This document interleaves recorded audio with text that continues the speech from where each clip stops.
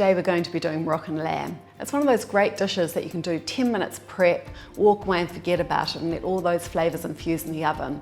So let's get cooking. So the key ingredient is your Moroccan barbecue rub. Now all these spices are packed into the one packet, so you don't need to buy 10 ingredients. They're all there. They've got that beautiful colour that it's going to add to the dish.